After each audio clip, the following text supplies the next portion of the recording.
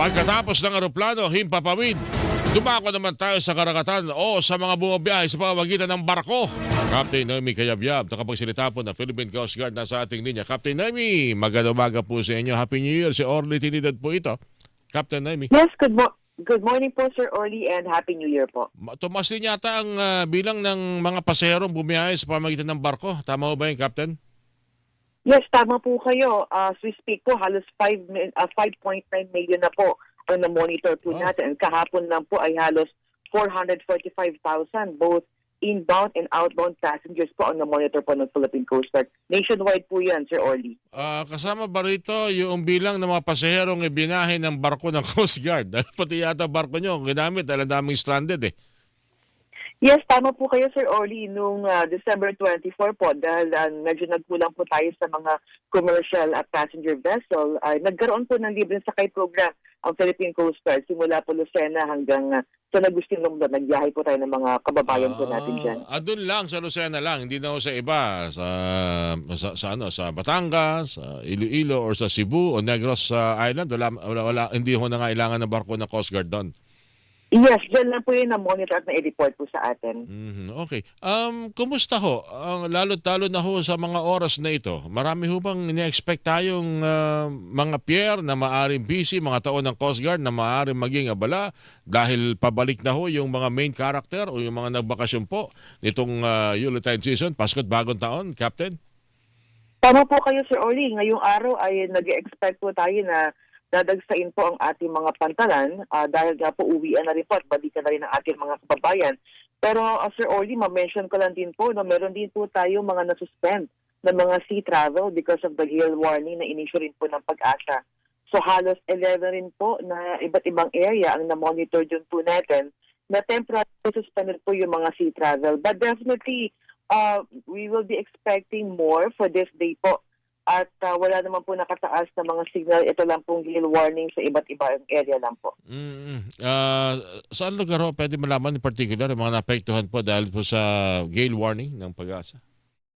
Yes, unang-una, Sir Orly, meron po tayong nai-report ng mga stranded na pasahero sa area po ng Real, sa Northern Quezon, at saka sa may Infanta at sa may Panukalan. And then meron din po tayo dyan sa may Northern Samar, sa area po na sinasakupan po niyan, Eastern Samar sa may Artiche, San Policarpio, Oras at Dolores. Kasama rin po sa Palawan, sa may Calayan Island Group. Nabanggit ko po kanina yung Northern Quezon. Kasama rin po ang Batanes, Calayan, Santa Ana, Isabela, Aurora, Cagayan, and even yung sa North Harbor. So yung 250 gross tonnage po ng mga sasakyang pandagat ay temporarily suspended po ang kailang mga sea travel sa mga nabanggit ko po lugar. Naku, ang dami pala nito. So mag-aagaw nito ng biyahe ngayong araw na ito. Yung mga nabitin at naapektuhan ng warning na yan na dahil nga sa samang panahon, no, sa mga alon na karagatan na Captain Noemi, Yes, tama po kayo, Sir Orly. Anong ini-expect natin simula ngayong araw na ito na ba? Itong pagdagsa ng hindi naman unusual pero asahan na sunod-sunod na pagdating ng mga barko sa Metro Manila. Yes, tama po kayo, Sir Orly. Actually, simula pa December 28, yan po yung pinakamataas na naitala po ng Philippine Coast Guard, no, na may mga inbound and outbound passengers po tayo. But definitely for this day po, marami po nga habon yan na mag-uuwian po papuntang Manila. Okay, anyway, Captain, mahaba pa naman ang araw na ito at saka sakali meron kayong gustong ipaabiso.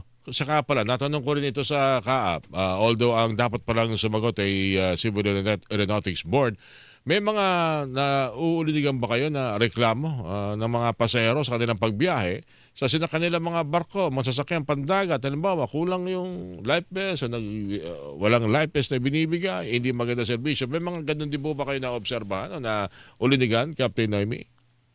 Una-una, Sir Orly, meron po tayong malasakit help desk sa lahat po ng mga pantalan po natin, sa lahat po ng concerns ng ating mga biyahero ay pwede po dyan idaing, no? But as we speak po, wala po tayo natatanggap na anumang report. At pagdating naman po sa mga life jackets natin, istrikto po ang direktiba ng aming komandante na si Admiral Ronnie Hilgavan.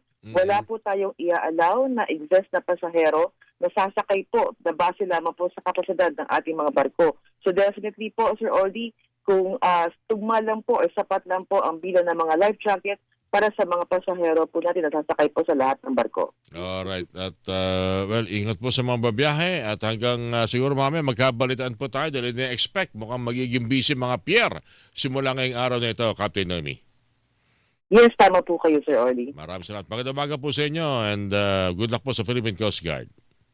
Maraming salamat po and magandang umaga po. Captain Noemi Kayabyab, tagapagsalita ng Philippine Coast Guard. Mga kapuso, inyo po napakinggan.